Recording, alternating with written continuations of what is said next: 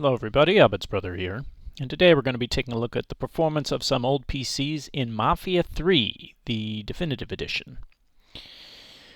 Mafia 3 was developed by Hangar 13, published by 2K, released on PC October 7th, 2016. It uses the Illusion engine, the Fusion variant, and the DirectX 11 API.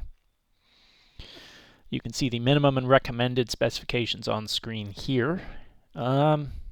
Not that demanding of a game these days. And for test system 1, we'll be using the A770K CPU and the AMD FirePro W5100 GPU. So maybe not that demanding of a game today, but for its time it actually was quite demanding. So we are at 720p here, and we are at all low settings, but with high texture quality. I did experiment with lowering the textures, but it made it look almost like placeholder textures. They were absolutely awful. And since the W5100 has 4 gigs of VRAM anyway, it just seemed like a good idea to leave the textures on high. So 720p low. Not the most thrilling performance, but when you realize that you could probably build this A10 system here, if instead of buying an A10 APU, you just get an Athlon 870K, which is basically what it is without the iGPU bundled on there, and the W5100 and all that other and such, you could probably build this PC for, I don't know, $100 probably. In which case, you can see the CPU is about maxed out. The Athlon's really kind of under-spec'd here. I believe we are under minimum spec here. The W5100 is not. I think it's actually being CPU bottlenecked a little bit. Because the W5100 is basically close to an R7 260X, which is pretty close to a GTX 750 Ti. Obviously not in Linux. 750 Ti would probably perform terribly here, but plenty of GPU power for 720p here, but the CPU is really getting loaded up, and that is probably going to be an issue in any kind of open world sandbox style game that we try to play on this system. But we're staying over 30 FPS most of the time. Yeah, it's dropping down a little here as we're trying to load in new areas. And again, you notice the CPU is jumping to 98% utilization as the frame rate goes down. Once the objects get loaded in, the frame rate goes back up, and the CPU usage goes down. So definitely CPU is an issue here. But definitely something I can play with. It's not ideal at all, and in fact, I do not recommend it.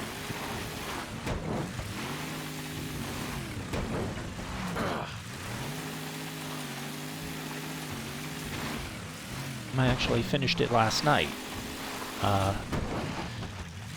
The thing about the Mafia games is that in Mafia 2, they tried splitting the open world activities away from the main game. That's what the Jimmy's Vendetta DLC is. Those are basically all the open world activities. So you've got Vito's story in Mafia 2, which is just the main missions around the map, but then when you do Jimmy's Vendetta, it gives you all the activities you would expect from a sandbox game. And it kind of split the two, and it didn't really work that well, at least not for Jimmy's Vendetta. People felt like the world with Vito, there was no point to going out and exploring it unless you're running missions. And Jimmy's Vendetta, nobody cared about who Jimmy was or what his vendetta was. So for Mafia 3, they combined the main missions and the open world activities back into the same open world, the way most sandbox games do. And people said it was open world slop. Missed a good game in the process. For test system 2, we'll be doing the i5-4590 and the Radeon R9 280X. And you're like, wait a minute, where's the GTX 670? Well, let's get through the options here, and then I'll tell you that story. So we are now at 1080p. 1080p. Okay. With all low settings again. The main disadvantage here is the R9 280X only has 3 gigabytes of video memory, so we are going to be right near its limit. What happened to the GTX 670? Well, the latest update to Linux basically wrecked the NVIDIA drivers. The 470 driver for Kepler and for Pascal, but I'll get to that one later. It's not the first time it's happened, but it is the first time my fixes haven't worked, and I got so annoyed at spending a morning wrestling with NVIDIA fixes when I wanted to be benchmarking that I took the GTX 670 out, the 280X went in, and that is now what we are testing with the i5-4590. And 280X, probably should have used the 280, but I actually have an R9 280 in my dad's computer. It's been his GPU for a bunch of years, and I'm not taking it away from him or anything, so we get the 280X. And I could put a 270X in, except I think it's interesting slash significant to have a 3 gig GPU because in the test lineup, because there are a bunch of powerful old GPUs out there that have 3 gigs of video memory. So that's why the 280X went in and not the 270X. And it's actually not performing too badly here. In fact, the i5-4590 is the one that's really getting stressed. You can see it's actually up near 80 to 90% utilization. It is keeping the 280X pretty much fully occupied, I think. We're not getting a utilization percentage on Mango HUD because I don't believe GCN1 GPUs are fully supported by Mango HUD. But from the frame rate, this is about what I expected a 280X would get, so I'm assuming it is being fully utilized here. So we're mostly in the mid-40s to low 50s, it looks like. i5-4590 is cooking itself, too. It's at 84 degrees. 88 degrees. It's just running the stock cooler. I figured since it wasn't an overclocking CPU, I didn't need to bother getting an advanced cooler for it, but clearly that was not exactly the best idea. I think TJ Maxx on these Haswell i5s is like 95 degrees, so we're not maxed out on temps, but I'm certainly not comfortable seeing it that high. But the 280X, I think, is performing pretty well. We could drop it to 900p, probably get a little bit better frame rate. But the VRAM is staying right about 2.7, 2.8. Radeon is just so much better than NVIDIA in Linux. It's not even funny, you know. Now we're seeing how well the i5-4590 can actually perform instead of having to make excuses about CPU bottlenecks because of NVIDIA's bad driver. Nope, no more of that. Now we can just say, here's the performance, and this is how it actually performs, and you get the sense that both CPU and GPU are being fully utilized, or at least as much as possible for that time. Almost hitting 60 in some areas, but pretty good first outing for the 280X. Now let's take a look at the FX-8320e and the R9 290. So better GPU, the next tier up, next GPU up the product stack back in the day, but the CPU arguably worse. So it's going to be, should be at the same settings here at 1080p low with high textures. And this is interesting because AMD's FX-8000 series chips were frequently marketed against Intel Core i5s, like the 4590, at least in price. You know, AMD marketed an FX-8000 series as 8-core CPUs, which, you know, there was a lawsuit about that and all that. But in terms of price, they were marketed against i5s. And you can see here, the 290 is showing mostly, I'm not seeing it drop below 100%, but, well, there it did. Wait. No, it's still 100. I was worried I'd left VSync on for a minute there. But no, we're a little over 60 here. Okay. So VSync is not on. Always worry about that when you're benchmarking. You're like, did I remember to turn all the frame limiters off? One thing to notice here, if you're looking to build a cheap PC and use an FX chip, you can see, watch the CPU utilization on the FX chip here. Here there's not much on screen, so we're in the about 60 to 70% utilization, but we're going to go up. There's 74. We're going to get some more things on screen here in a minute. I put this route together. This is just driving from Vito's to Burke's. Safe houses, basically. I wanted to go through more populated area, the downtown. I think this is, I'm trying to remember, I think this is the French Ward. The downtown and the French Ward, that's mostly what we're going through here. Yep, there's 79% CPU. See, the 290 is running very cool. That makes me think it's not being fully utilized. Maybe if I put the 290 with the i5, it might do a little better. I don't know. The i5 4590 seemed really stressed. I was hoping for a little better out of the 290, to tell you the truth. That's got to be down to the FX chip, which I feel is doing okay, but I was hoping to be able to hold 60 FPS at 1080p here. So yeah, I'd say the FX-8320e definitely holding us back here. Some games are more CPU dependent and some aren't, and this is an open world title with a lot of objects on screen and streaming and a lot of things. So not the best showing for the FX-8320e, but I feel like the R9 290 not really able to strut its stuff, if you know what I mean. No, I thought Mafia 3 was a good game. I did enjoy the, I thought the story and the characters and such, they're all top-notch. They all fit in with, you know, other Mafia games. Visually, I didn't think it looked quite as good as I was hoping it would. In fact, I never turned anti-aliasing, even on my main rig, I never turned anti-aliasing over medium just because it made everything look so blurry. But no, I thought Lincoln is a great protagonist, and yeah, I definitely do recommend this game. It's got just hoped for a little bit better out of this particular system. Still playable though.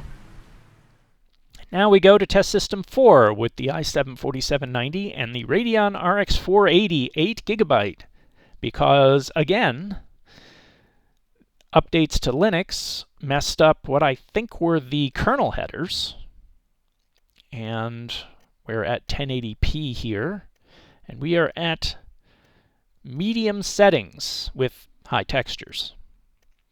But yeah, the update to Linux, with NVIDIA's drivers, something weird happened, I think, with the kernel headers, and no amount of workarounds I did was going to fix it. I was going to have to fully reinstall. So I had enough of catering or pandering to NVIDIA's shitty drivers, so I pulled the GTX 1060, and in goes the RX 480.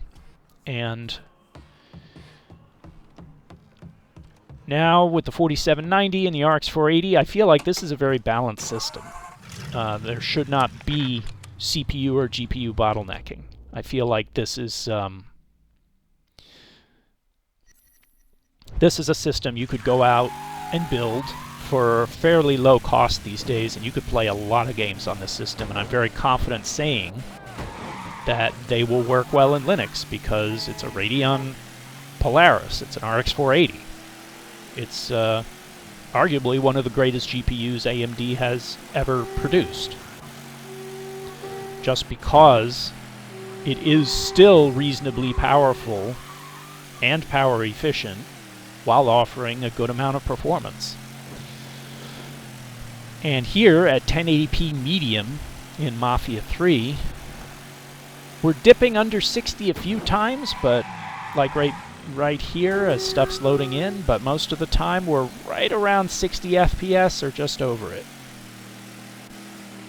So 1080p medium, and visually I don't know that high settings gives a whole lot of additional detail.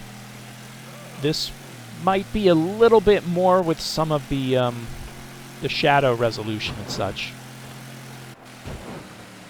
And some of the frame drops here, I'm pretty sure are coming from the CPU as more distance objects get loaded in, streamed in. That is a strain on the CPU, and Mafia 3 is a bit of a handful. That was close. Don't want to hit a police car in this game. You will get the cops on you very fast. That is something to note about Mafia 3. They did not shy away from offensive racial depictions that were appropriate to the era. So if you're somebody who gets upset by that, just be warned going into Mafia 3. There are some things in Mafia 3 that are particularly upsetting. Here in the junkyard, we are dipping under 60 FPS pretty regularly. That has to be the amount of objects on screen. And the 480 dipped under 100% load there for a second. So that, again, I'm thinking is the CPU.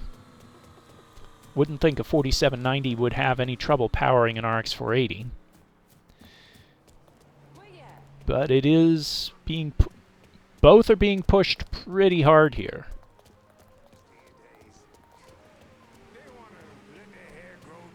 I was looking at RX 480 prices on eBay last night. I was surprised they've actually shot up. They're actually going up, so maybe not as good a bargain as it used to be, but still pretty good performance here. And still, if you can find one at a good price, still a great value.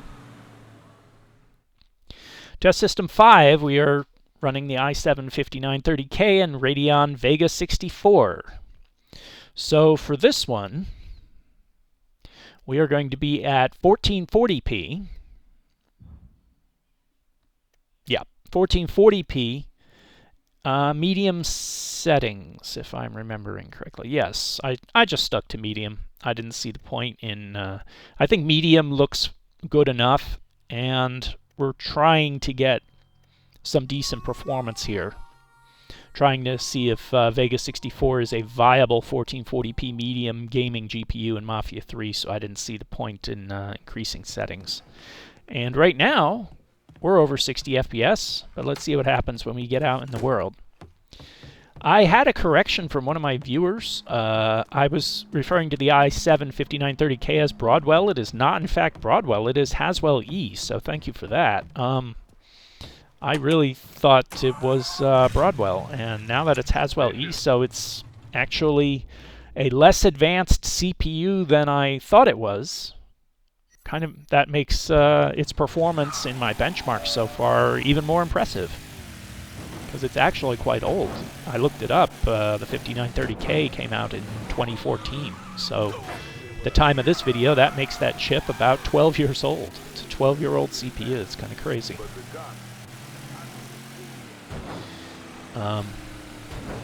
But yeah, now that we're out driving, again, just under 60. It's like, what does it take to get proper 60 FPS performance here? Going onto the bridge, you know, fewer objects on screen, of course the frame rate goes up. But the frame times have all been pretty good so far. The A10 and W5100, that was a little rough because of the CPU bottleneck. But we've had pretty good frame times so far throughout this test.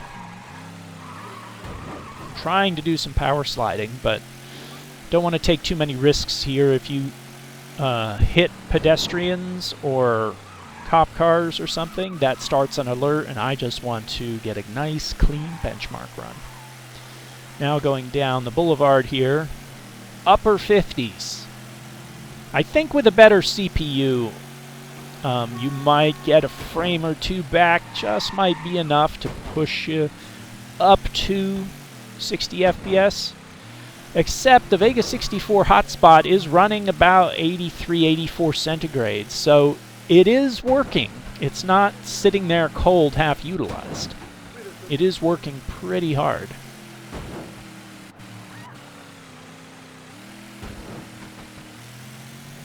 Oh, that was not good.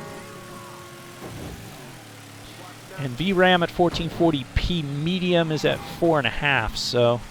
Oh. I'm actually playing this on... I do not have a dedicated screen hooked up to my test rig. It's actually... I'm playing this through the OBS screen, so there is some significant delay between when I press the key and when the car actually turns. So, the junkyard... We saw some frame drops with the junkyard last time. We still see them here. So this entirely seems to be... these old CPUs are definitely getting shown up by Mafia 3. Definitely need to get a little bit better CPU. I mean, given a choice, I would definitely buy an i7 7700 over a 4790. 7700... The non-K 7700, I believe that clocks higher than the 4790 and has architectural improvements, so would probably perform better here. It's still a 4-core hyper-threaded i7. A little bit disappointing from Vega. I was, again, hoping for all over 60 FPS the entire time, but still passable performance here. And now we go to the Ryzen 5 5500 and the Intel Arc A770. And for this one, we are going at the same settings as the Vega 64. We're at 1440p, and we will be at medium settings with high textures. And it's nice to have a game where you're like, okay, everything is working as it should on Intel Arc. The Starfield thing really bothered me with Intel Arc. Here, 1440p medium, we are at between 80 to 100 FPS indoors. And we go outdoors, upper 70s, low 80s. Again, 1440p medium, same settings as on the Vega. But this is looking good for Intel Arc here.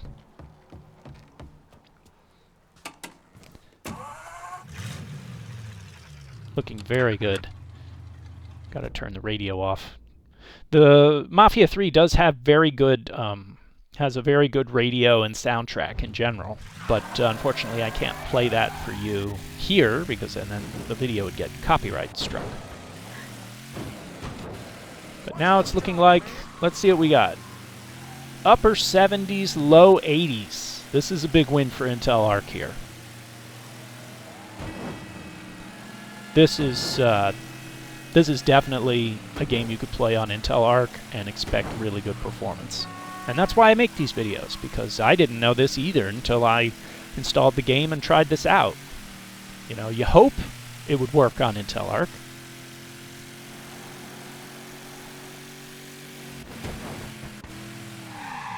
Dip to 66. We're still over 60. That's got to be the Ryzen 5 5500. Again, this is more CPU demanding than I thought it would be. Mafia 3. Ooh, just missed him.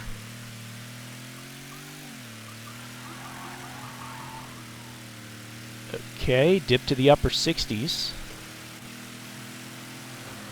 That's the thing here. We're getting really good performance from Intel Arc, and you can see the A770 is still not fully utilized. So again, we're seeing a CPU bottleneck here. That means the Arc is performing so much better than Vega, and there's still performance left on the table here. You pair this with a Ryzen 5 5600, 5600X, you're probably going to get even better performance. Not a crazy amount. Not a crazy amount. You might get maybe another 5 FPS or something.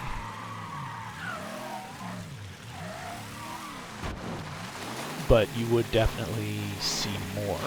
And now here in the junkyard, this was this problem spot in the with the other GPUs. We saw the frame rate dip in the junkyard. And we are still holding about low 70s here. Let's see what happens when we get out. Yeah, low 70s.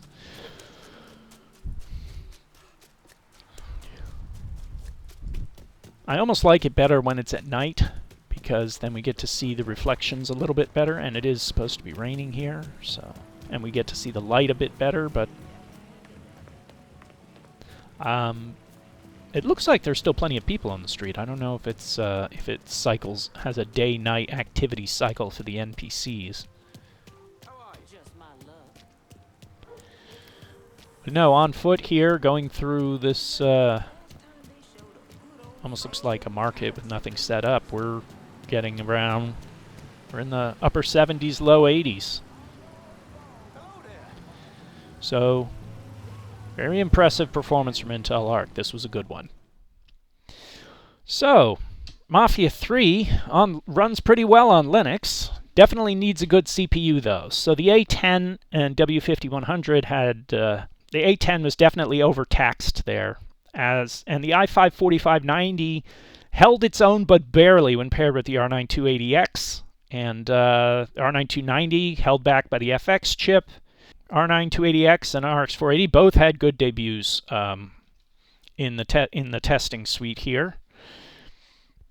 But the best value out of this lot, the Vega was okay at 1440p. I was disappointed it couldn't hold 60 FPS. The best one out of this lot is definitely the Intel Arc A770. Just absolute great turnout from that GPU at 1440p.